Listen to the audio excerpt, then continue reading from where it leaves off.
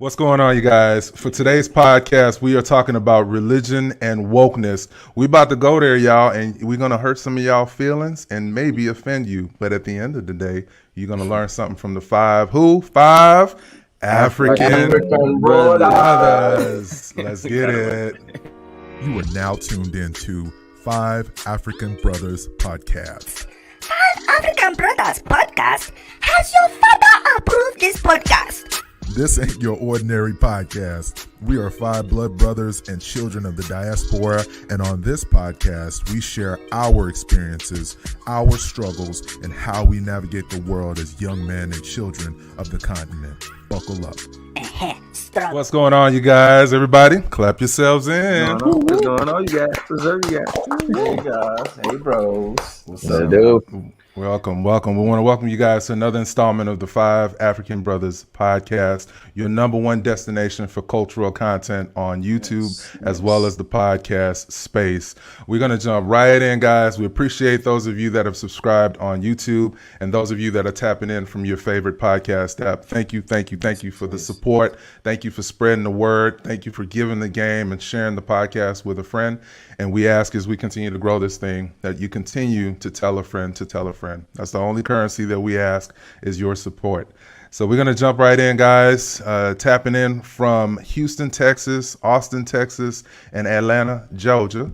It's the Five African Brothers. Yeah. And we're going to kick this thing off talking about the week in general, as always. But the topic for today's discussion is religion and wokeness. And before we talk about, our week in general, we do want to let you know, although I was joking at the introduction, we're going to talk about the current society that we're in right now. We're in the 21st century, 2021. And there's a lot going on out in the world. Social injustice, racial inequalities, political, everything's politicized. We're still in the middle of a pandemic. And so we're walking through religion and spirituality in the age of wokeness, because folks have a lot of reasons to believe and folks have a lot of reasons not to believe. So we're going to unpack that in today's show. But as always, we're going to jump things off talking about the week in general, and we're going to start with D-Boy. D-Boy, how's your week going, big dog? How's it going, my brothers? My week's going well, man. Every week that we're blessed to see, you got to keep it in mind that that's a blessing. So I'm blessed, man. I can't really complain right now. I thank God. Things are going well at work. I'm getting myself together fitness-wise, working on my goals, getting that credit together, working on this house with my blessed realtor brother Ernest. Oh, and, yeah. We working, man. So we working. So I can't say honestly, it's a good time in my life right now. I will say that. That's awesome, man. That's awesome.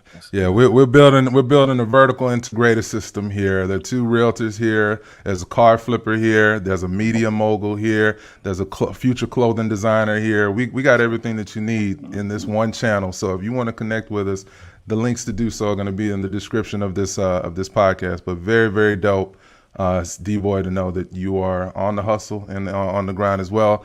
Before I move on from you, how you feel about your Lakers, big dog? Well. Technically, they're not my Lakers. Okay, so let's be clear. I make jumping on the bandwagon, boy. No. Jumping on the bandwagon, bro. No.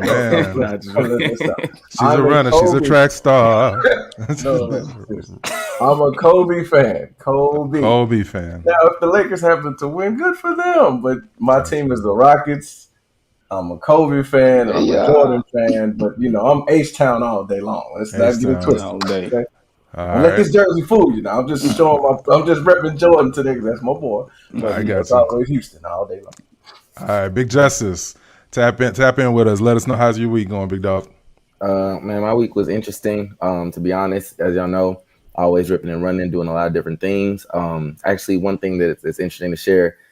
This week I had a interesting conversation with one of my colleagues for something I'm putting together, and we kind of had an interesting conversation about are we really doing everything we possibly could to get the ship launched and taken off? And so it was an interesting conversation because some emotions were flaring. It was like a little bit of a serious heart to heart, but at the end of it, I feel like both me and my partner in this endeavor are at a better understanding of just what we need to do to be able to hold each other accountable and reach the goals that we've set.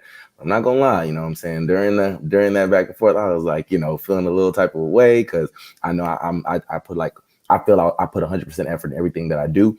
But sometimes, you have to see things from other people's perspective. And, if there's a way, if basically just one lesson I learned from this week is you can't take everything personal. At the end of the day, life is a marathon, and everyone's trying to be first place. So be open to constructive criticism. I was able to grow from the conversation. And I think that, we're really gonna be able to take over. So, and the same thing I learned the feeling about this week is I feel like I'm really at a point of transition. I feel like there's about to be a lot of new opportunities, things on the horizon, just new blessings. Like I just feel them. I feel them about to show themselves. So interesting week, but definitely grew this week, I'd say.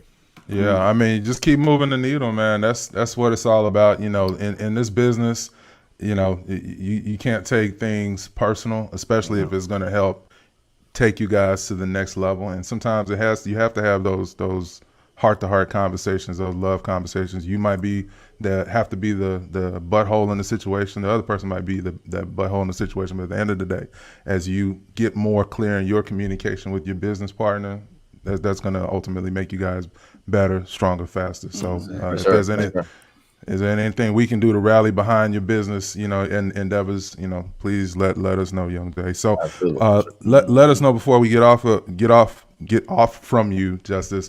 What's one good thing or one unexpected thing, that may have popped up that was a blessing, for lack of a better word? I will say one thing that was a blessing, actually, and which kind of leads into my transition. I got contacted for a potential new job opportunity as far as my day job, 9 to 5 goes. And it's a really, it's a very big opportunity, and it's a better opportunity than what I'm currently in. So still kind of seeing where it goes. If all goes well, I could have a new 9 to 5, although I don't plan on working corporate for too long, but I could have a really good 9 to 5 while I'm still in that realm. So that was one new opportunity. It just kind of fell into my LinkedIn DMs, and it's been going great. So we'll see. Man, well, I tell you, there's so much opportunity is about to pop off from this pandemic, and like you said, Justice, you're doing some dope things, man, both professionally and outside of that. So take advantage while you're able to take advantage, man. It's a bidding war out there. It's a bidding war out there. So let them bid. That's actually one of the things I'm like, you know what? I think we need to revisit this one compensation piece. Yeah, you go. Big bro say never take the first offer. That's right, and everything's negotiable. Everything's negotiable. You know what's funny? They threw me a little offer on like Friday, and I was like, cool. But I'm actually getting ready to hit them on Monday. I was working some numbers over the weekend, and actually, I'm looking for smart. Hey, as long as you got your paperwork to support it, they really can't fight you. You got the paperwork, man. This is know your worth. You're a high value man. Know your worth. Value is what you put to yourself. Value is what you put to yourself. So absolutely, Young Gucci, how's your week going, big dog? The week's going great. Marvin, everybody else, my brothers. Week's going awesome. We got sunlight here in H-Town. Thank God. I thought Noah was gonna pull up. We had so much rain. I was like, well, it's been that bad. It's been that bad. Wow. It's you can't go to many places in our city without there being a bayou or two. So when these bayous get filled up, you're like, but thankfully the rain, I talk about the weather because it controls so much of what we do, So thankfully it rained, and then there'll be enough sunshine for the rain to go down, and then it'll start back up again. So right now, as we're currently doing our podcast, it's beautiful outside. My view is awesome. God is good. So just looking forward to our conversation today. Really, want everybody to tap in with your spirit, and encourage all my brothers here to just say how they feel it in regards to this topic. And I think somebody and somebodies are going to be blessed by our conversation today. So looking forward to that. I love that, man. And your shirt says blessed, ironically enough. So I love that, man. I love that. Yeah, this is what I wore to church today. So because when we do our thing, I just keep the same unit on. So I did wear this to the house of the Lord. And the Lord. Gotcha. So it fell in line with this topic. So we hope that somebody's going to be blessed with what we're going to talk about today. Yes. Absolutely. Well, man, my week's gone well, guys. Nothing really to report. My mother-in-law is coming to hang out with us for a few weeks here in the A. So Nice. that's always exciting. You know, of course, as our folks are getting older, you know, it's so important to just spend as much time as you're able to. And, you know, thankfully, because of technology, Zoom, things of that nature, we're able to see each other, but there's nothing like that human connection and touch. And we both tested ourselves and we're all negative, so we'll be hugging and doing all that stuff. So when she comes, so super excited about that, man. Outside of that, man, just thanking God, you know, as we're kind of turning the corner in this whole pandemic, y'all, and just my whole spirit has just been a blur. Then hadn't it been feeling like just like being like a fog or something, and you're like, when are we gonna get through this pain that we're in? So Get to the good part.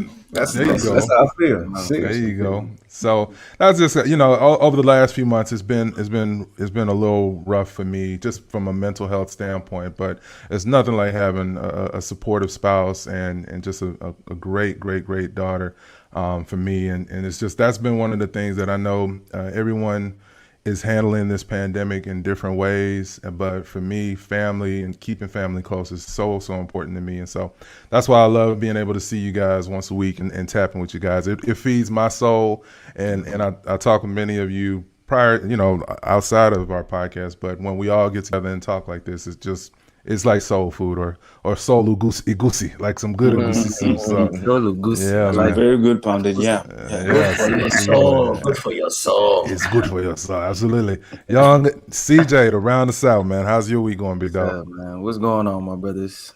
Good to see you guys. Just want to start with that one. This week went good, man. I'm not gonna lie to you. I don't have too much to talk about. You know, we just started a new quarter. You know, it's the beginning of June, so. I love that feeling. I'm not gonna lie to you guys, man. I love that feeling of starting a new month. More importantly, a new quarter, because I just like to break my years down into quarters. Yeah. Basketball junkie. Okay. Yeah. So knowing that we're going into the third quarter is just you know, I like to relate it to like going to the third quarter in the game, and you know, you want to just stay even kill, not do too much, not do too little. But make sure I set myself up to finish the year strong. So I'm just blessed, man. You know, I think it's just a blessing to have this opportunity. I'm still taking in the blessings that I was telling you guys about last week. So yeah, man, it's been a good week. Love it, man. Love it. How I see your lock game is just you killing them right now, man. You ain't lost none of them because of stress or nothing like that. They still right and tight. Right and tight, man. Right and tight. He does like, bro. Yeah. Block up. Oh yeah. Don't let me, man. I You took it back, man. CJ gonna be jamming all the old Flocka when he really get that length. Just wait. Oh, just wait, man. I'm trying to. Looks good, man. Looks good. Thank you, man. Well, man, fellas, we tapping in right now on today's subject: religion and wokeness. This was a subject brought to us by good Uche here, Big Uche, and I think that it's a great topic to discuss with everything going on in our world right now. We're going to cover a bunch of questions, and if you have any follow-up questions as well, let us know in the show notes of this podcast, and we may decide to do a part 2. But we're gonna jump it off into, you know, just the world that we're in right now and everything that we're dealing with right now.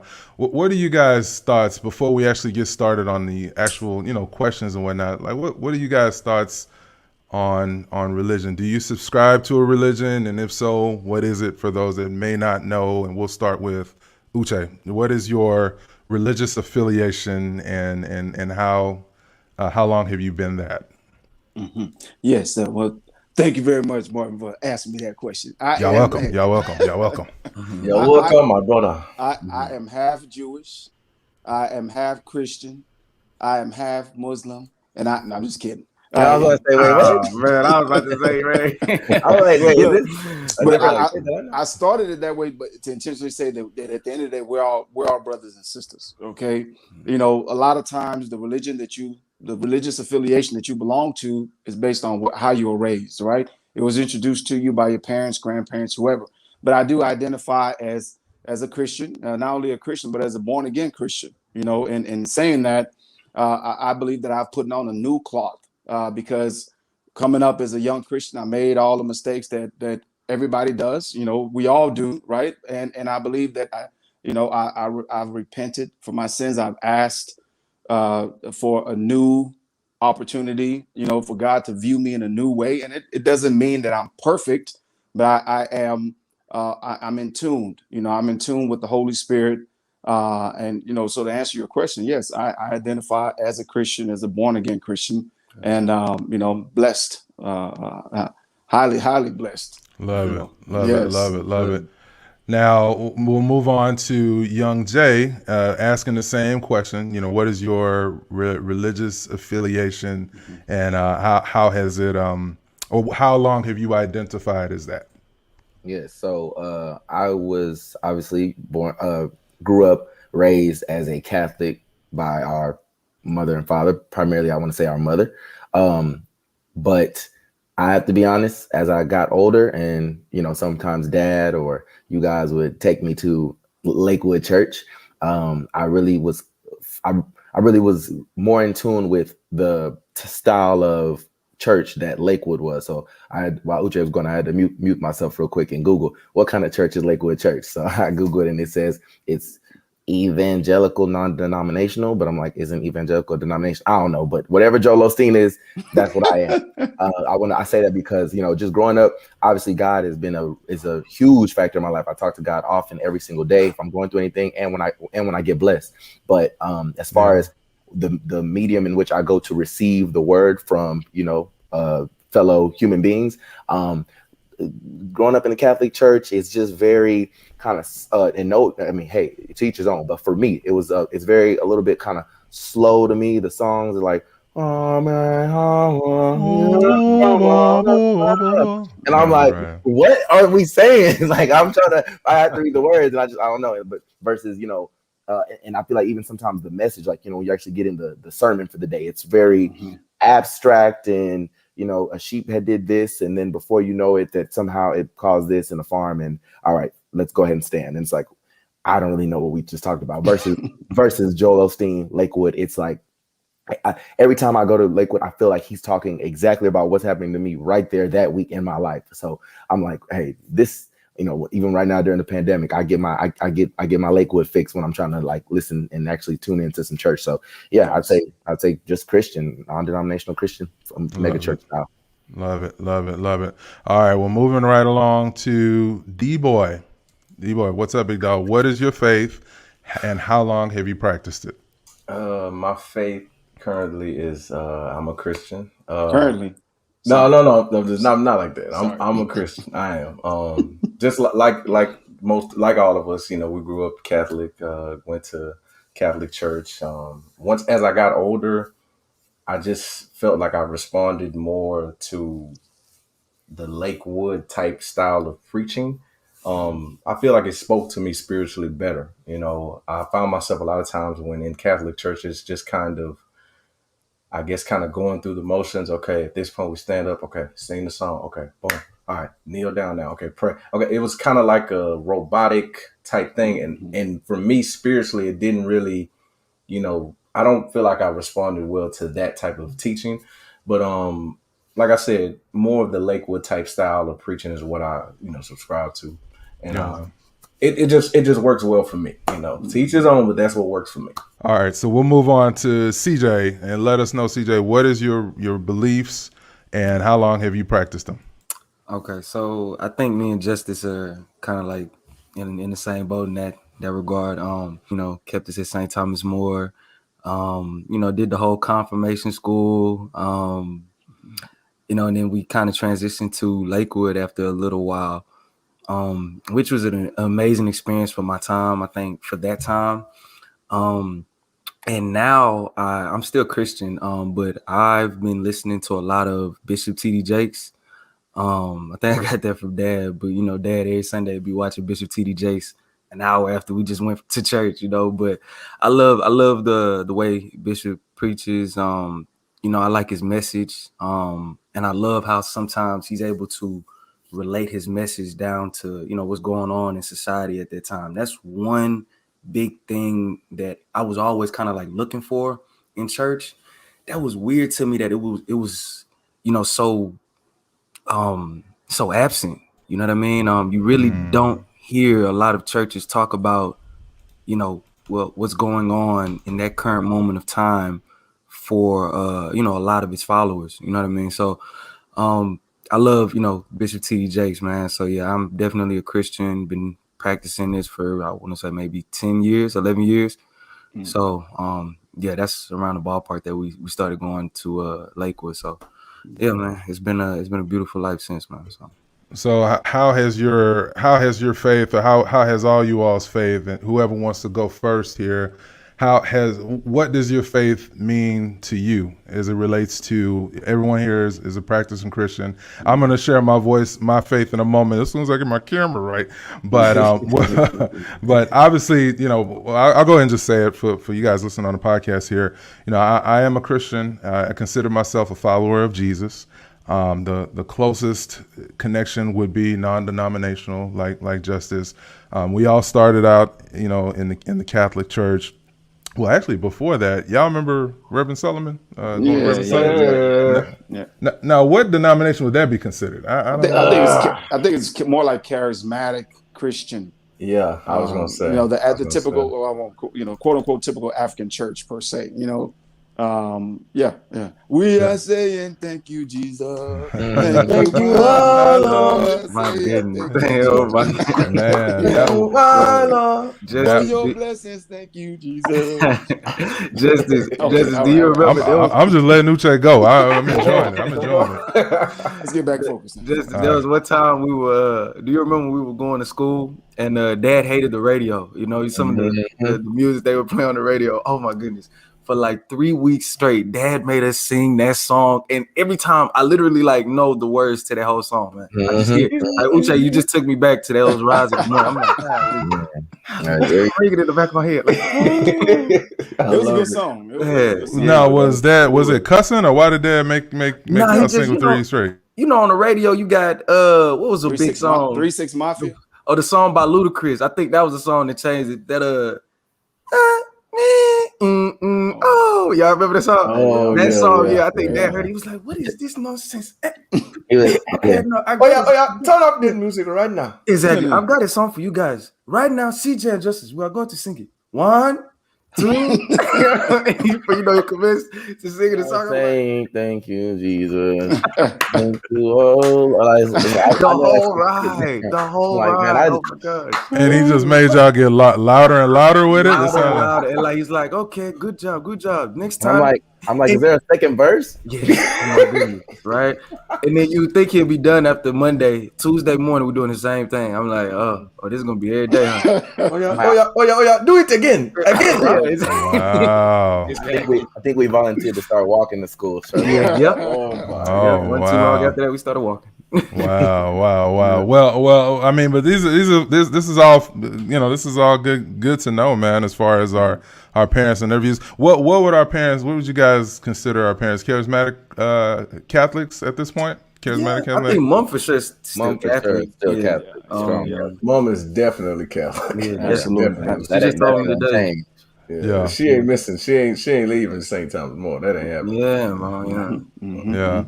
Well, starting with D-Boy, what do you think? What does your faith mean to you, man? Like, how has your faith kept you anchored, through all that you may have gone through that folks may know and may not know?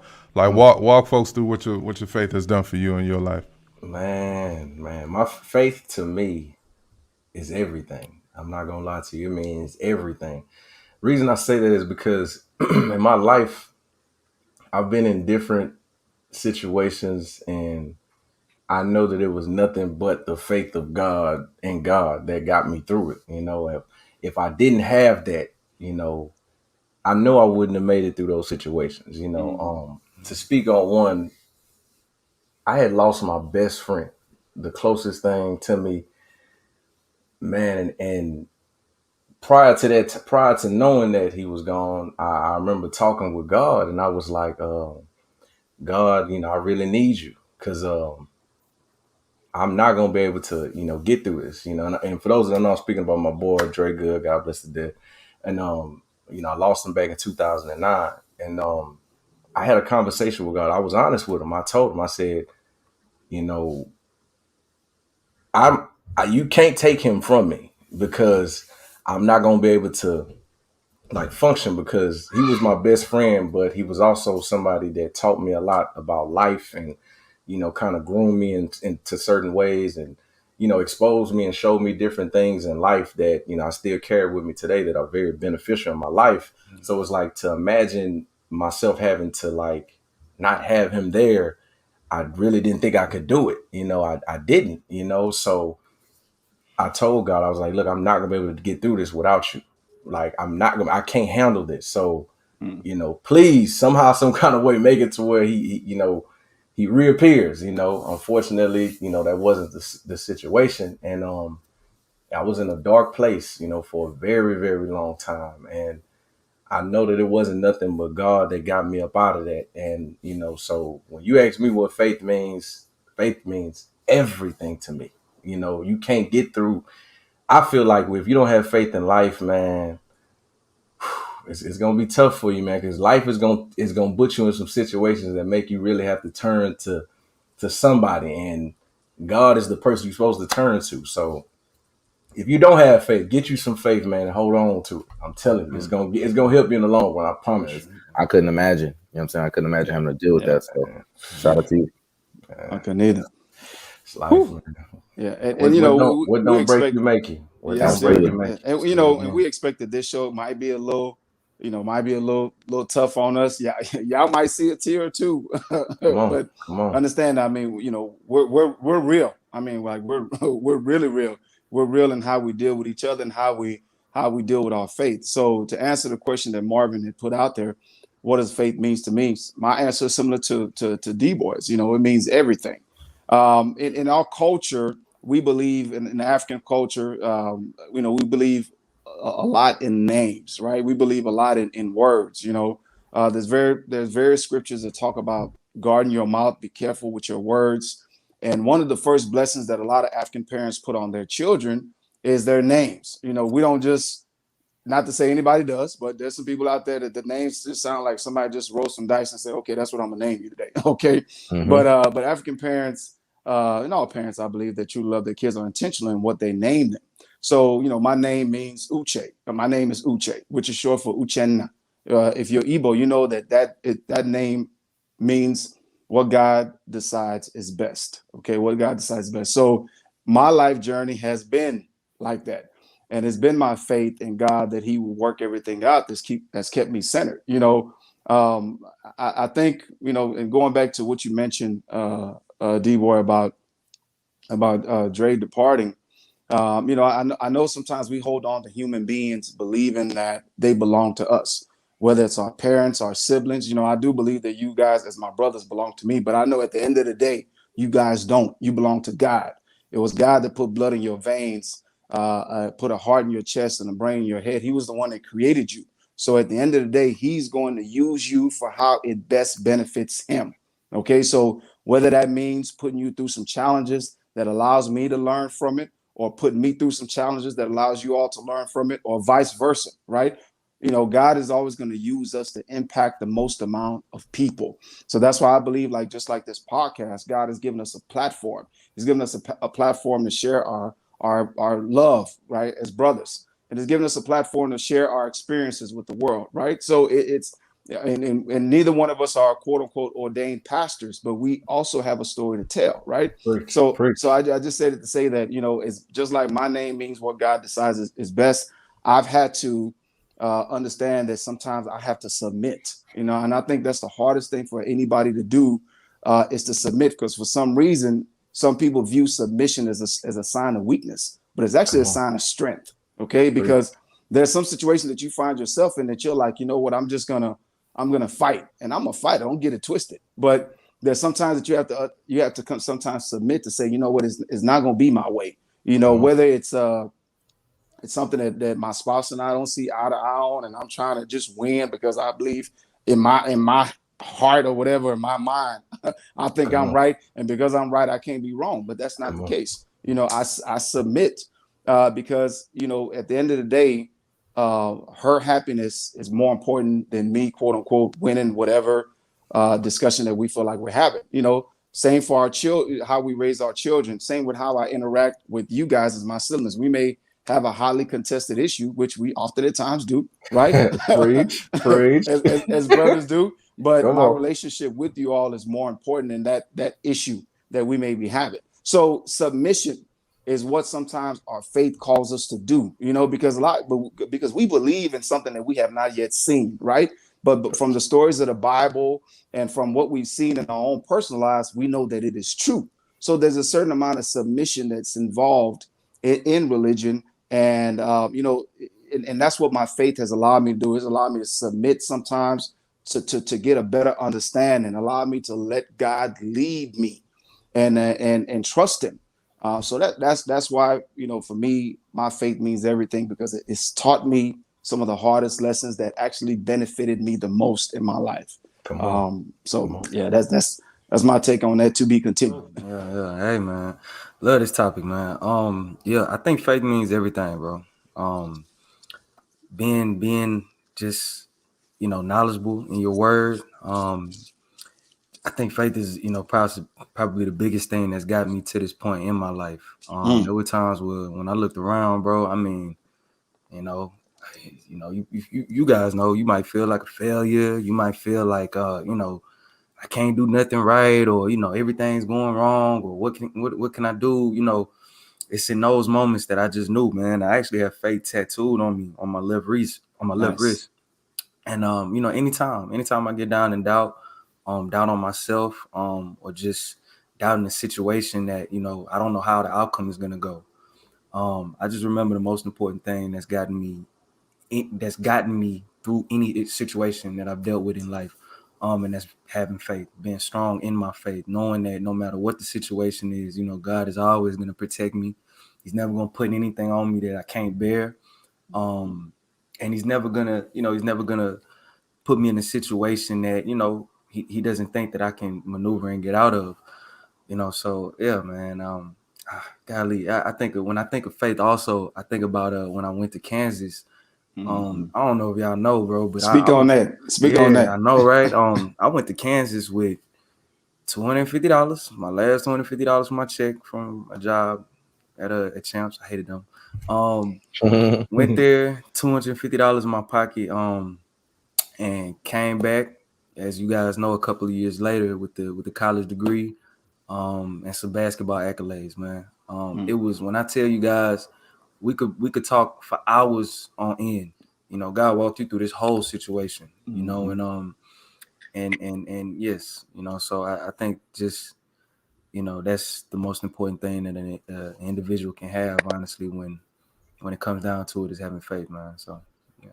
Preach, man. Preach, little bro. Yeah, that's good, man. Like Appreciate that's another really unique circumstance that you have that we don't have is, you went and lived in Kansas for a couple of years, and you weren't in a widely populated city. Like, I mean, we might not, Marvin might be in Atlanta, but these are still like really, like, we've all lived in particularly like big cities, you know what I'm saying, mainstream cities. You had a very unique experience for a couple of years. So I think that's saying definitely added to the character. For me, like, faith really plays a big part in just my day to day, my year to year, from the moment I was born until my last, my last day. I don't think that anything has happened by coincidence for me. I think that God has been working every step of the way. You know what I'm saying? Everything that has went kind of south in my life, it was to teach me something. Everything that's went north is because, what I'm saying, God had that plan for me. None of my blessings are like, you got lucky or anything like that. I always think like, dang, God, I didn't know this is what you have planned. I'm excited. Or when things go south, God, okay, things getting tough. I see you trying to, what I'm saying, you're trying to have me overcome this to be able to be able to say, there's nothing I can't do, and so on and so forth. One thing Uche said that I think really sums up a way I've always felt, but I just never know how to put into words, is that God is going to use you to affect the most amount of people, or to impact the most amount of people. I say that because a lot of people think, oh, well, if God's real, why does X, Y, and Z bad, negative thing happen to me, right? But at the end of the day, a lot of times we may not see it, but even when things happen, such as death or kidnapping or all of these other different things that happen negatively, the first thing a lot of people with a weaker faith will think is, oh, God must not be real. How could this be happening? But like Uche said, God is going to use God is going to use some people to impact the most amount of people. We can take George Floyd, for example. His family could easily go, like basically, if their faith, if they couldn't really, if their faith with limited faith, they could go, how could this happen? I feel like, was this his journey in life just to be, like killed by police, right? But if with a stronger faith, they'd be able to say, look at the global impact that my son, or George Floyd's life had because of his circumstance. It's an ugly situation. It's an unfortunate situation. He did not deserve that. That man should still be alive. But because of that situation, we've had a little bit of some people can say that there's been a global wake up, and we've gotten a lot of more non-Black allies to just be able to see the messed up stuff we go through. So I say that to say God might have been using that situation to be able to affect a great amount of people. So even when things go south, that, there's still kind of a greater purpose, and it takes you having a strong faith to be able to see that. I don't think that when things happen negatively that God doesn't exist, but it's just it's like he's going to affect a lot of people. And unfortunately, Jesus died for all of our sins. God used his son to affect a lot of people. So I think that situation right there, the fact that like Jesus, God's own son, died for a lot of our sins, we have to understand that sometimes, whether we can see the purpose or not, the good and the bad all have a greater plan in the sphere of the book of what God's writing in your life, and we just have to accept some things as hard as they may be. But I said, like I said, but I thank God for the good. I learn through any of the bad I go through, but my faith is super strong. Everything is happening for a reason. Nothing's by coincidence. I do want to ask y'all, have y'all had any circumstances where you all have questioned God? And I'll talk about my faith.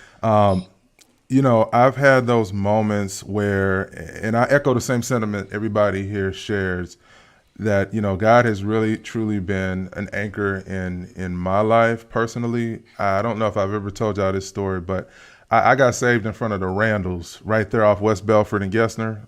The Randalls that used to be there where the Subway and the Jack in the Box used to be. I was walking in the Randalls, and a young man, I can't even tell you what he looked like, but I was 16 years old at the time, 15 or 16, and he walked up to me and was like, he had the Bible and the pamphlets in his hand, and I've seen those people oftentimes, Jehovah's Witnesses and all that stuff. Jehovah's Witnesses, yeah. But he just asked me a real simple question. He was like, I'm not weird or anything like that. I just want to ask you, do you know Jesus? And I was like, just again, coming from our Catholic upbringing, I was like, yeah, of course I know Jesus. But he's like, do you know him as the Lord and Savior of your life, and that he died for you?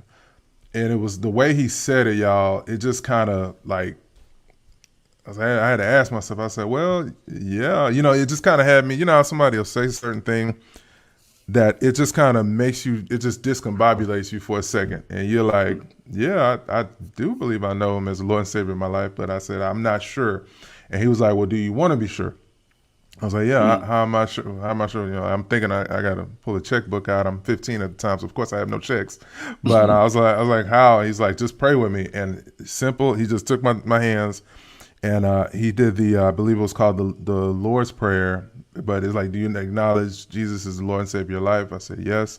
And he said, you're saved. And I was like, that's it. He was like, that's it. And from that moment on, I didn't necessarily feel any different. But I knew that something had to have been different, because everything that took place after that, I can always circle it back to that moment when I got saved in front of the Randalls. And now I've seen a lot of death in my life. More recently, lost my wife's younger brother. He was the same age as me, first day of the new year, and it was one of those things where I don't question God. You know what I'm saying?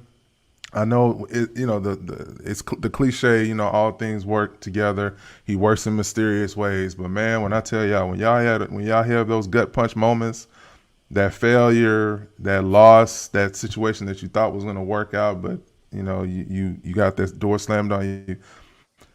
Do it make y'all kind of question, this whole Christian experience? Am I the only one that feels this way? Or, I mean, what are y'all thoughts? Nah, Yeah, you definitely go ahead. no, go ahead. Oh, you're definitely not the only one to feel that way. I know. Yeah. I found myself feeling like that is because I think maybe it's almost human nature, right? Mm-hmm. Because like Yeah. sometimes in church, it's like we're told to to pray, pray in those situations and pray for things to work out a certain way or the way we want them to. And it's like when it don't work out that way for a second, it can be human nature to be like, but God, I thought like if I pray and I believe that that it's gonna come true, Mm-hmm.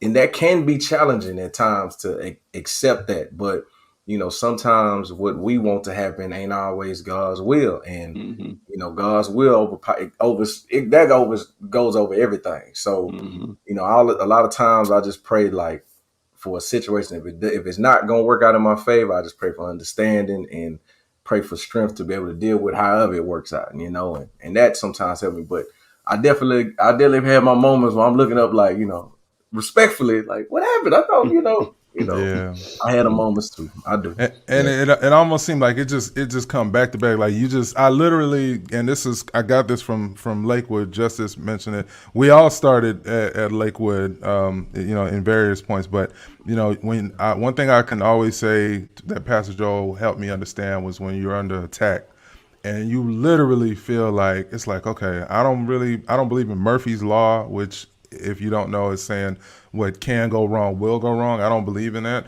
But I definitely know when I've had bad news happen, like back to back to back. And they say in the South, if it's not the rats, it's the roaches.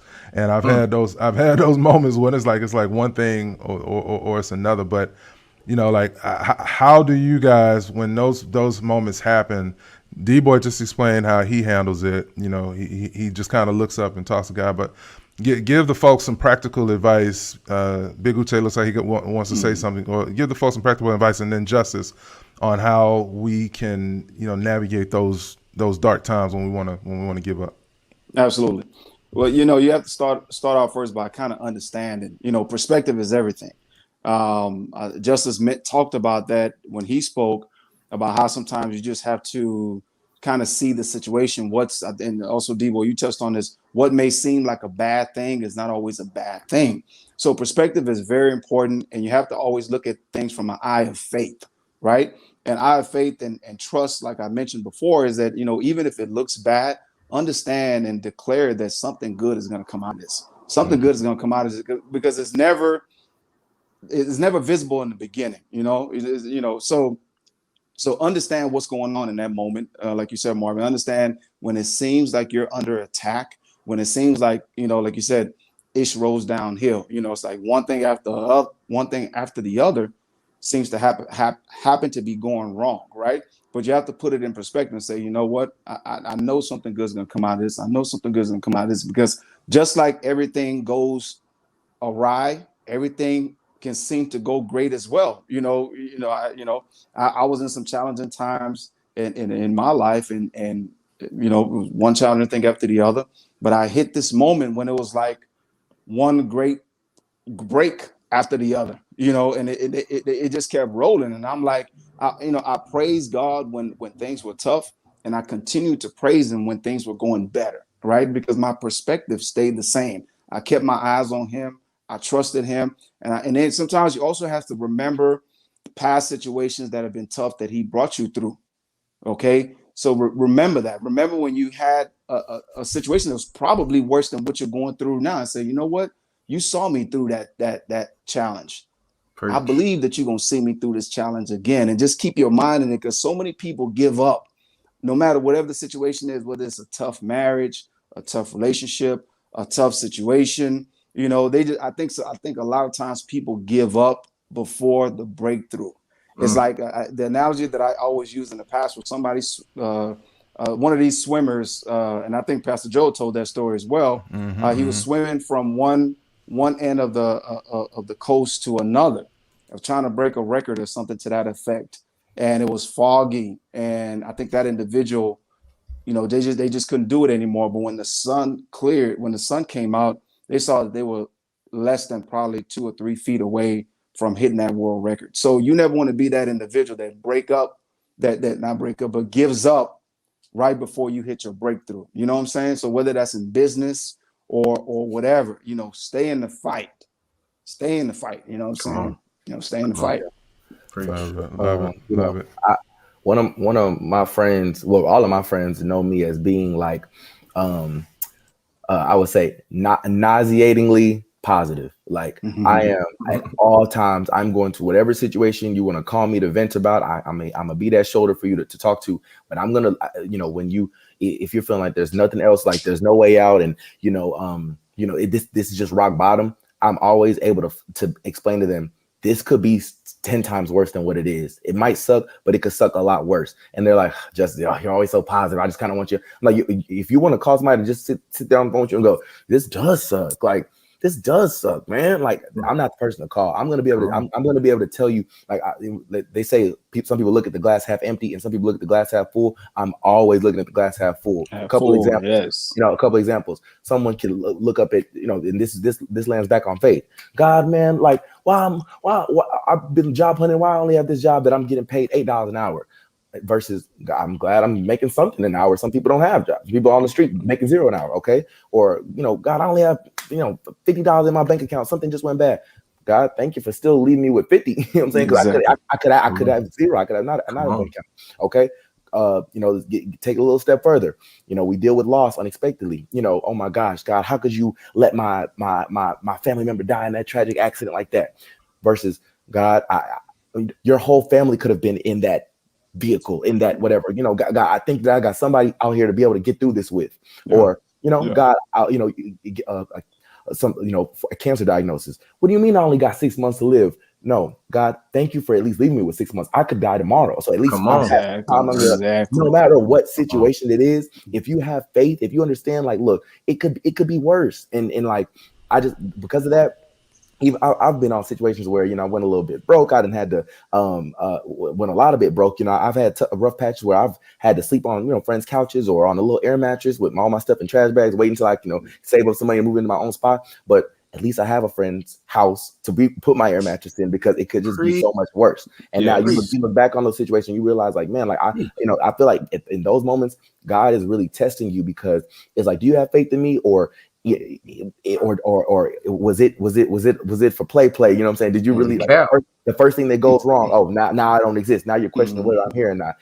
So are you a real believer, or are you capping? Like whoever just said that. But yeah, that's just how I deal with it. And that's my advice to anybody out there. What you're going through, literally think of, how could this be worse? And you're gonna find a lot of situations that's scarier or worse than whatever your situation is. So keep.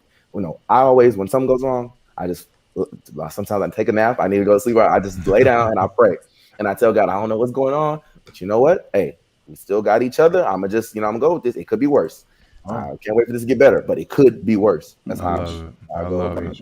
Yeah, I mean, you got to have those conversations with. I mean, he's our heavenly Father, right? So we have to know that He understands us in the way that He knows how we communicate. He created our voice, so. If you have to have those heart-to-hearts, it talked about in the Bible how, God, I don't know the actual name, but the theologians will let us know in the comments the name, but about wrestling with God and how, oh God, I forgot, I don't know if it was David or who, but anyways, they wrestled with an angel until that angel blessed him. He would not stop wrestling with that angel until that angel blessed him.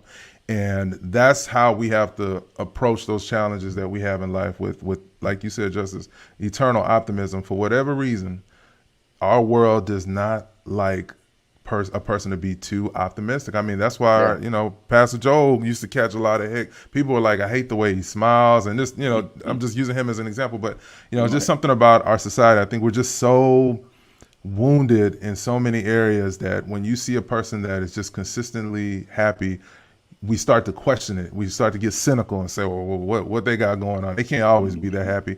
Yeah, they might be in pain, but they're smiling through that pain. And I think that that's what many of us need to really realize and get to that point that we understand that everybody's hurting in their own way.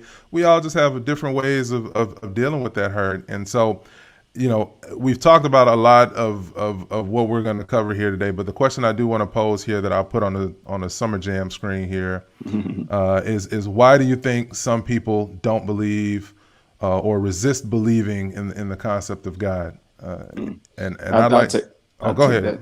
Yeah. Go ahead, Lieutenant. It's kind of like what you said prior, right? We all have choices. No matter what, everything that you involve yourself in is a choice, willingly or unwillingly. So in that same regard, believing or not believing is also a choice. It's unfortunate, and to each his own. But mainly for individuals who don't identify with any faith, or quote unquote atheist brothers and sisters. We've all heard stories about how individuals who didn't believe in God, when they found themselves on their deathbed, they now believed in God. Because I think the idea of leaving this world and going to some darkness is I don't think any of us want to envision that for the afterlife, right? There's no way that this earth can be as beautiful as it is, and then you leave here and then you just go to darkness. I think it's easier for some individuals when they're alive to say they don't believe in this or that. Now, when they're facing potentially leaving this world, I think they start to question that belief, because if you believe this, just like your alarm clock woke you up in the morning, there's no way that you being born was just an accident, or some asteroid hit something in space, then there was the universe. No, there has to be a greater being that put it all together. People struggle with what his name is or what her name is. God doesn't have to be male, right? People struggle with that. So I think rather than struggling with trying to figure out who he is, they just say, you know what, I'm just going to check out. Another analogy I'll include is that you hear stories about individuals who were born and didn't know their fathers, right? Everybody has a mother, but the individuals that didn't know their fathers, or let's say they didn't know their parents, they found out that they had been given up for adoption. Do you know that a lot of those people spend almost their whole life searching for their birth parents? So if that's what individuals do for those that help to create them physically, understand that that's the same thing that we all do to help find out who created us spiritually. I think you always want to get back to where you came from. It's just like those of us here that believe that we're going to retire to Africa, to Nigeria one day, right? That's our birth country. That's where our parents were birthed. So we must return to try to help that country become great. You're always going to be pulled towards where you're from, or to know a little bit more about how you came about. I think those that have no faith just temporarily have checked out, but they have their moments when they meet God too. Gotcha. No, that makes sense. You gotta get ready, because he coming. He's coming. Their time is coming. He's already there. And he might be returning. We never know. Young CJ, let the good folks know, your response to the question at hand. Why do you think some people resist believing in God? Yeah. Sometimes I think it's just I think everybody has a different pain tolerance, physically and spiritually. And I think I think if they did believe in him, and something happened that kind of wounded them spiritually and made them lose their belief, I think that they just didn't have I think you called it the spiritual optimism a little bit, to know that there was a reason for this. You know what I mean? That for whatever pain, whatever issue, whatever problem it was that I dealt with, it was a reason for this. It's all going to work together for the greater good of my person. You know what I mean? I don't think everybody has that connection with God, though. I think some people's connection might be, maybe it's just a little superficial. Maybe it's not as intentional and as deep as it might need to be to keep them grounded in their faith. You know what I mean? And I think that just, it's different for everybody. I think it's different for everybody, but at the end of it, I think I think like Uche said, most people do come back around. Everybody's different. Everybody's spiritual tolerance is different. So Yeah, It's, no, it's good just to point. jump in real quick, Marvin, because CJ said something that kind of spoke to me. It's called a spiritual journey for a reason. Our whole yeah, life is a yeah, journey. We start off one place, we end up another place, yeah, and then you have the place in between, right? yeah, exactly. CJ's journey, he mentioned it, but he started off at SFA, right, Yeah, CJ? yeah, And then you yeah, ended up all yeah, the way in Pratt, Kansas, because you were yeah, chasing a dream that you didn't just for you. It wasn't just going to be a dream; it was going to be yeah, reality. You yeah. wanted to play college ball, and you played it Mhm. by the grace of God. But it's a journey, and just like what you said, there's some challenges in people's lives that make them turn away from God, and then there's some challenge. Those same challenges can happen in somebody else's life that Yeah, make them turn to God. exactly. Like you said, it's their spiritual pain tolerance, and unfortunately, it has different impacts for different people. Yeah, yeah, yeah, exactly. Yeah. I like that. I like that. CJ, I'm going to steal that, man. Spiritual. What is your spiritual pain Pain tolerance? tolerance. I Yeah, like that. Yeah. yeah. I have just a real quick like thought on why people I feel like could resist the idea of God or are hesitant to want to believe that there is somebody up there. I feel like it just mainly comes from primarily upbringing and obviously the things that happen in your life after. Like you could have been raised in a Christian household and lose your faith, or you could have not been raised in a Christian household, so you kind of never had your faith. I just think that like Uche said, for some people think it's possible to think that this is all happening by coincidence. There's 9 planets rotating the sun on coincidence. We happen to have one of the planets that has all these different life forms, these different ecosystems. Are just all these things are working by coincidence. It's a coincidence that when it rains, that the bees pollinate the trees. The coincidence that people can like it's all coincidence. And I mean, they just believe that this is just all somehow happening. I feel like that's a little bit. I'm not. I cannot think small enough to think that this is all by chance. I feel like I'm saying just the way the human beings work, this is the way that we're made, the way that languages, all these different things. It just couldn't happen on accident. Because if it happened on accident, there's 8 other rotating rocks that I'm saying that this isn't happening. You know what I'm saying? But just on this rotating rock, this is just a coincidence of things that happen in here. Or no, I'm sorry. Or at some point there was just a big bang, and then all this stuff happened. Yeah, just a big bang, some big bang. I mean, that has to be the most simplistic way to try to simplify the fact that someone is pulling the string. No. It's more like there was just like a big bang one day, Right. versus The Big Bang Theory. you know what I'm saying? Versus like there's actually somebody up there who, you know what I'm saying? So I think Yeah. that that just goes to show you some people are just like coincidence and they just refuse to believe anything else.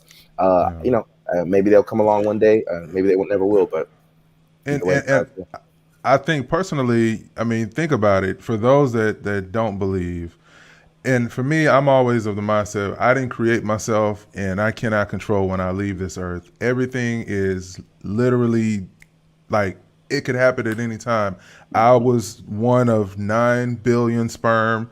Each of us were one of 9 billion sperm that made it all the way to an egg, that made it to full formation and gestation, and then became a human being that we could not help ourselves for a good year to, depending on how old your kids are, 18 years, you can't help yourself. Hold on, Marvin. You trying to say that we weren't conceived through immaculate conception? No, no. Okay, move on Let from me. that. Just Our move on from that. our father will have a story to tell you. Calm It's down. 5 of us for a reason. Calm down, my friend. Don't. I can tell you how things went if you like to hear. No, that's how dad is. But we control so little in this world, man. I mean, like literally, you hear people say, self-made. I'm self-made. I'm self-made, and it's like, no. Somebody did something that allowed you to make it to where you are. I always used to say back in school, specifically our high school, Westbury, it used to be the kids in class that would be cutting the freak up. And I used to be like, this teacher can make the difference between you getting a 69 or a 70 and actually passing. You don't control that. So why do you want to act like you could still be a certain kind of way and still pass this class? So I kind of taken that approach since high school in how I look at life. Nothing we have very little control over the things that happen in this world. So I think that a lot of people, the reason to answer the question that was posed, why some of us turn away from religion, is either A, we had a bad experience very young in our age, and so that made us become a God hater, if you will, or B, we were raised in a household. I think Uche mentioned on a previous episode how we are the religion of our parents. So if our parents had no religion or their religion was something, different, then that will shape in a lot of ways our upbringing. But the beautiful thing about God, and I believe this as a Christian, is that even if you didn't know him, he will give you opportunities to know him. Yes. He'll give you those opportunities. And I think that if you really pay attention, if you're woke, if you will, you'll see it. You'll see those opportunities when it presents itself. So I say all that to say that a lot of folks turn away because A, there's Google, and they have made Google their God, if you will, because they feel like there's actually a church of Google. I'm a nerd, so I look up silly, weird things, but there's a literal synagogue of Google where people have deified Google. They have given Google the title of deity, but I just feel like people They believe got the wrong G. They got the wrong G. Wow. Hello. And so I think some of us, some of those individuals have, in so many words, they're looking for something, and religion, based on their experience, is not doing it for them. And I completely forgot my thought, but I just personally think that you have the opportunity to get to know God, and it's on you whether you want to know God. But if you're mad at him, I feel like you acknowledge that. Don't run to, this religion or that religion. I won't call any particular religion out, but if you are just upset with God, wrestle with him, ask him why did those things happen that happened in your life that were not your fault. You should not have had to go through that, but that doesn't take away from the fact that God still loves you and he still wants to do something in your life. But if you just flat out just say you don't believe just because you don't believe, then like you said, Uche, I don't believe in going into the ground and it's cold and that's it. It's just darkness and we just blip out.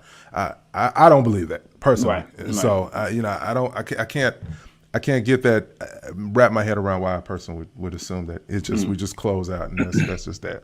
When there's so much information out there to say that there's still activity in the brain, and if we believe that energy is neither destroyed nor created, not destroyed nor created. Thank you, Justice. Been out of school a long time. But, then we know the energy continues to carry on. And those that have left us, I'm sure you can feel there are those moments where you feel your partner, he's there with you. You have those conversations with him, or you see something that maybe y'all used to do a lot. And you're like, you see, you know what I'm saying? I just see it. I know it. I believe. Hey, I'm with you. Even closer to that, I mean, about this time a year ago, we were celebrating the passing of our grandmother, in Houston, right before the pandemic. God would have it. I think we had that celebration of life for grandma in February. Yeah. Literally had that event taken place 2 weeks later, it wouldn't have been able to happen. But God would have it that we had that celebration of life put together by our mom in order to, allow everyone on this side of the globe to honor her life. And, we remember those moments with her. We're talking about a woman who was the definition of an entrepreneur, taught herself how to read, was an icon in our village, AKA town. And everybody loved her, St. Florence Wosu, God rest her soul, So yeah. Yeah, and we all carry a piece of those that have gone before us. I mean, I often hear our dad talk about, how much I remind him of his father. And I look at this sibling that not sibling that passed, I'm buying that in the name of Jesus, but this relative old picture and whatnot. And I see this family member and that family member, and then this friend. And, if you look at their son, my brother-in-law that passed, like he's a spitting image. His son is a spitting image of him. And so that's like a little reminder. And it's their only child. And I'm like, this is why God allowed you to have this child, because he knew that you were going to leave this earth, but your legacy is still here. So But man, we could talk on this for a minute, but let's talk about this subject, y'all. Let's mix it up a little bit. What is wokeness? Does anybody have y'all heard about this word wokeness? What? Yes. Stay woke, stay woke, baby. Y'all know that song. So I'll give my interpretation of wokeness, and then everybody. What you got on it? What's your thoughts on it? So my thoughts of wokeness is, and we're going to talk about how the parallel of wokeness and religion has kind of clashed, for lack of a better word. But my thoughts on wokeness is pretty straightforward. It's just an understanding of things that you did not have an understanding of before because the information was kept from you. Right. So we know, if you've lived in this country long enough, that there's a history of slavery. And in a lot of ways, slavery specifically of people of color that look like us. And those individuals were not able to read. It was outlawed. Reading was actually outlawed. And so if you got caught reading, you literally could die. And the reason for that is there was information in those books. And a lot of times the Bible, specifically during that period, the Bible was used as a justification of slavery and bondage because they would cherry pick certain scriptures that talked about slaves be good to your masters. And there's actually a Bible out there. Again, I'm a nerd about this. The Slave Bible. You can look it up on Amazon. I think you can buy it off Amazon. But you literally can read how the Bible was edited to be used as a means to subjugate and control people. So my understanding of it. Yeah, my understanding of it is, you didn't know something because the information was kept from you, and now you know what it is. And so that's what being woke is about. Young CJ, what is wokeness to you? To me, woke is just I'm gonna just say being aware of the nuances to your society wherever you're living in.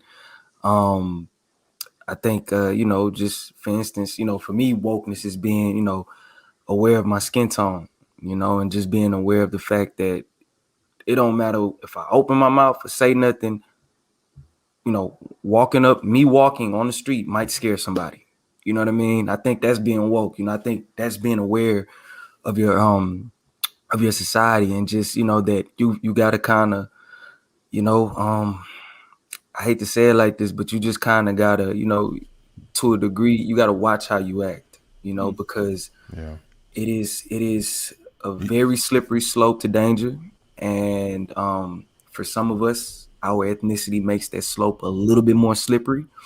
And you just being aware of that. Once you know that, you just kind of know how to move going forward. I think all of us, we know that when we walk out the door, we got an obligation to make it back in. By any means, no matter what goes on outside of those doors, what you deal with, you got an obligation. Some of y'all got multiple obligations to make it back to. And just being aware of that. I think that's what woke means. So. All right. What about you, Young Jay? What does wokeness mean to you? Really, just being woke just means just being aware, not really just believing what's out there or what's the information presented to you, but just having trying to have a higher IQ for what's really going on. What's this really about? You know what I'm saying? What's really behind what I'm seeing? And so I think for just at high value, there's just certain information that's pushed to you. Being woke is being able to say, you do, you know what I'm saying? I'm not just gonna, believe what's being told to me. I'm gonna try to figure out what's the real big picture. And when I do find it, I'm gonna voice that. And I'm gonna voice that to the people and to try to wake up as many other people as I can. Sometimes obviously people can overdo the wokeness. And sometimes people can be fake woke, but in general, woke is a real thing because a lot of times, people do expect the masses to be asleep and or gullible or naive to certain things, and wokeness is just being a little more hip to what's really going on, and no matter what topic it is. Well, what is fake wokeness? Let the audience know what would be an example for fake wokeness to you. Absolutely. So fake woke is when someone's trying to push a narrative of what's really going on behind the scenes, or what's the real reason for something, or etc. But they just really missed the mark. There's really no grounds for what they're talking about, or they're being super passionate, even though their history or track record shows them to not really believe what they're being, so vocal about. So fake woke is just when, it's just when people want to act so awakened or so hyped to things, when it's like, there's really nothing going on. You're not providing any new information. You're fake woke. Or they doing it for the ground. You're doing this to be able to see what masses you can accumulate behind you, how many more people can listen to you. Like you don't care about the cause. You're fake woke. He said doing it for the gram. That is funny. We got a lot of those out there. Yeah, everyone's trying to go viral. Doing it for the timeline on Twitter. Some people just be tweeting, and then they coworkers come out and be like, "But weren't you at work just talking about like?" And it's just the opposite thing. Like you are fake woke for social media. Like they're trying to make the shade room. Yeah, and I will say, I know we talked about this in the previous podcast. I know it's not I know it's do as I say, not as I do, but that doesn't apply to people that are fake woke. At that point, like woke is specifically about what you say. Like you need to your credibility behind it. You got to be credible. Literally about what you say. Yeah. What about you, Big Uch? And we'll wrap up at this point. I mean, I'll try to be as brief as possible, but that's not possible. But it should mean some type of spiritual enlightenment, right? It should, you're enlightened to some extent. There was a culture that I think was almost anti-Christian in the woke culture some years back. There were some narratives out there that were saying that Christianity is a white man's religion, as to say that, blacks should be any other religion but Christianity. And I'm like, where did that come from? And they, like you said, Justice, they pulled out all these examples that said, well, it was brought to Africa by the when the shippers came to buy slaves, and so on and so forth. And I get where they're coming from, because unfortunately there is some history to where some, colonizing countries brought in the priests along with those that were doing violence against the indigenous populations. So I understand where some will try to make that correlation as to try to denigrate Christianity, but it's just not true. Okay, so I think some of those individuals, there was a trending lingo out there of not referring to God as God, but referring to him as the Most High. So there were a lot of individuals that were just disassociating themselves from Christ and Christianity. And it was just a lot of information being put together. And I'm like, y'all should probably dissect this a little bit more and give this a little bit more thought. A lot of people were saying that Jesus' name is not Jesus. That was the name that was given to him by the Greeks and things like that. That his name was actually is really Yeshua. Okay, which is true. Yeshua, right. Yeshua is the Jewish way of really saying his name. And so to that, I understand. I often at times would say Yeshua in referring to Jesus, and many pastors, Pastor John Gray, who's very pivotal in my belief, as well as my current pastor, Jeremy Foster at Hope City here in the Katy area. So, individuals will say Yeshua, which is accurate, but you can't say because the name was changed by whoever, it now makes the religion false. Absolutely not. Absolutely not. And you can still call him God and call him the Most High. Nothing wrong with that, because he's higher than anything else. So I know that. So that's where me and the quote unquote woke culture kind of conflicted, because I'm like, look, don't become a tool of the devil. In this world, you're going to be used by one spirit or the other. You're either going to be used by the Holy Spirit or the unholy spirit. And the unholy spirit, which is the same as the devil, Lucifer, and all that, will try to pull people away from what keeps them centered. And their faith in God keeps them centered, keeps them from not giving in to all the vices and the temptations out there. So don't pull people away from their faith. Okay, there's nothing wrong with educating them with something that maybe they didn't know the history of how the name came about, but don't use that to discount the religion. So that was some areas where me and I disagreed with the woke culture and some of the ways that they were trying to brainwash people, in my opinion. And I think and D-Boy, I want you to answer this question as well. I think a lot of times, just to go back to the point about the God haters, I think that a lot of people use what took place with slavery and a lot of situations in history where God has been used to do very bad things to people. Yes. We got to remember that the messenger and the message are two different things. So don't get mad at the message because the messenger or the person at that time that's using it and abusing it, that doesn't take away from the fact that God is love. So I think a lot of folks they conflate the two and they say, well, if there was a God, or we shouldn't believe this, white man's God and all this, it's just they're conflating some points. So D-Boy, go ahead and round us out, with the question at hand. Hey, the fake woke, what that could mean, what that does mean to me. I think CJ kind of touched on it earlier. We have some of those people who they'll get on social media or they'll see what's trending and be like, hold on, oh, such and such clothing line posted something offensive to black people. Oh, they did that? Okay, let me go post. We don't like them, cancel them, because if I put this, it'll look like I'm woke, so I'm gonna put this too. You got people like that, like you just doing it just for clicks and to be doing what's trending for the day. That to me is fake woke. You don't know nothing about the company. Chasing. Yeah, it's like clout chasing. Like we got clout chasing. Why they got Gucci shoes in their closet still? Why they on their way to Gucci? You know what I'm saying? And not no shade against whoever. It's just I'm using them as an example. But I'm just saying that to me is like fake wokeness, man. Like knock it off, man. Like you don't gotta do that. Like do your research, be informed on what you about to speak on, and then speak on it. That's how it's supposed to go. Absolutely. Well, the last question that we'll ask here, guys, and we appreciate you all for tapping in. If you are enjoying this content, be sure to hit the thumbs up button. Let us know in the comments what you're agreeing with, and make sure you connect with us on social media at 5 African Brothers.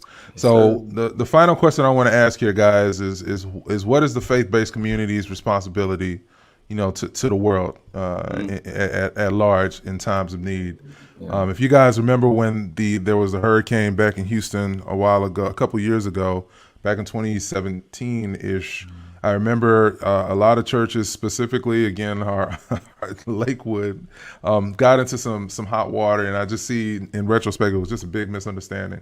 But, some people felt like when you have these big mega churches that you should just open your doors because that's what that's what the churches are supposed to be doing. People just have these perceptions that usually aren't even Christians, but they have their perception of what they think specifically Christian churches should be doing, when I feel like we all should be doing it as good human beings. But what do y'all think is the faith-based community's obligation to the world at large?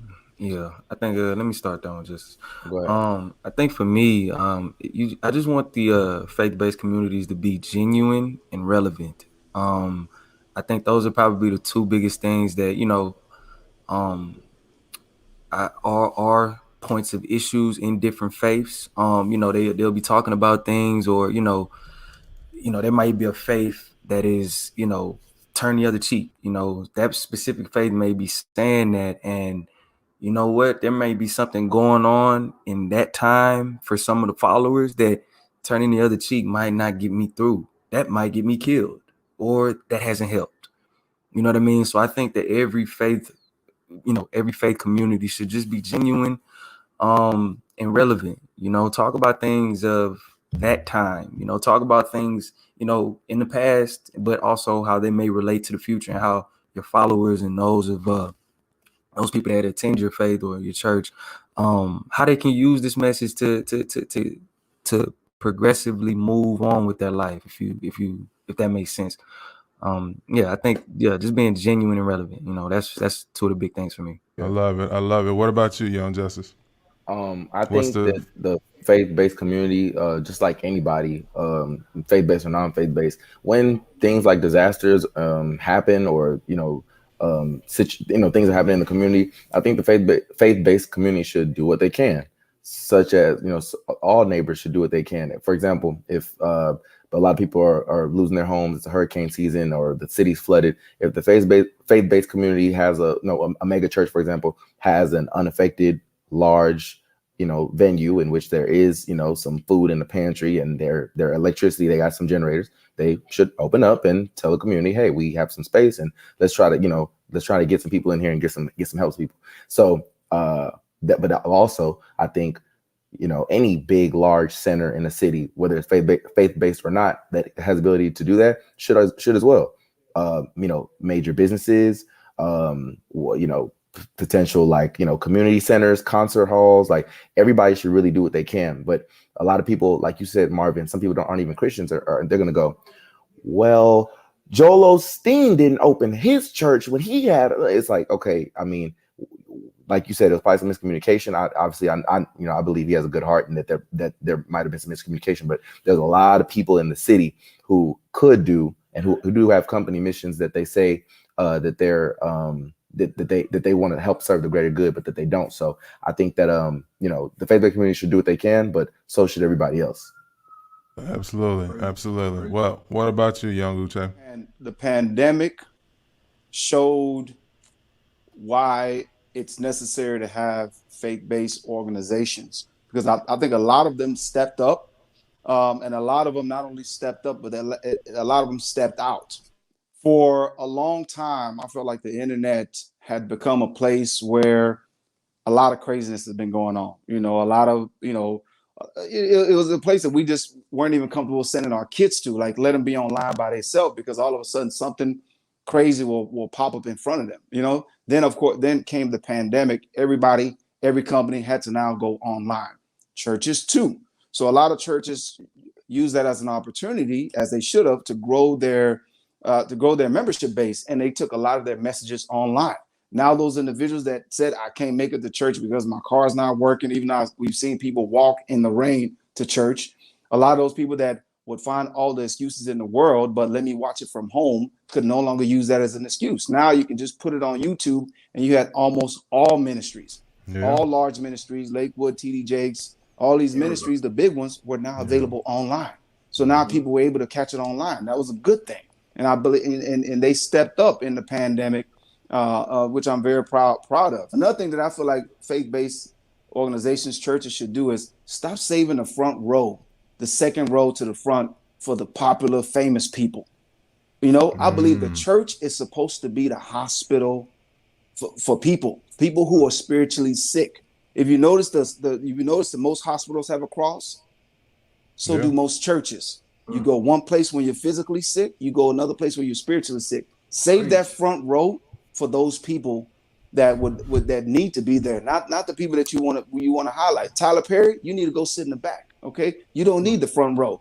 And all these other people, when you visit a church, save that front row for somebody that this is their last opportunity to have a meeting with Christ. They're about to go commit suicide or something. You understand? I want you to save that space for them. So, just reach out more to the low people, because there's a lot of people in this society that's hurting spiritually.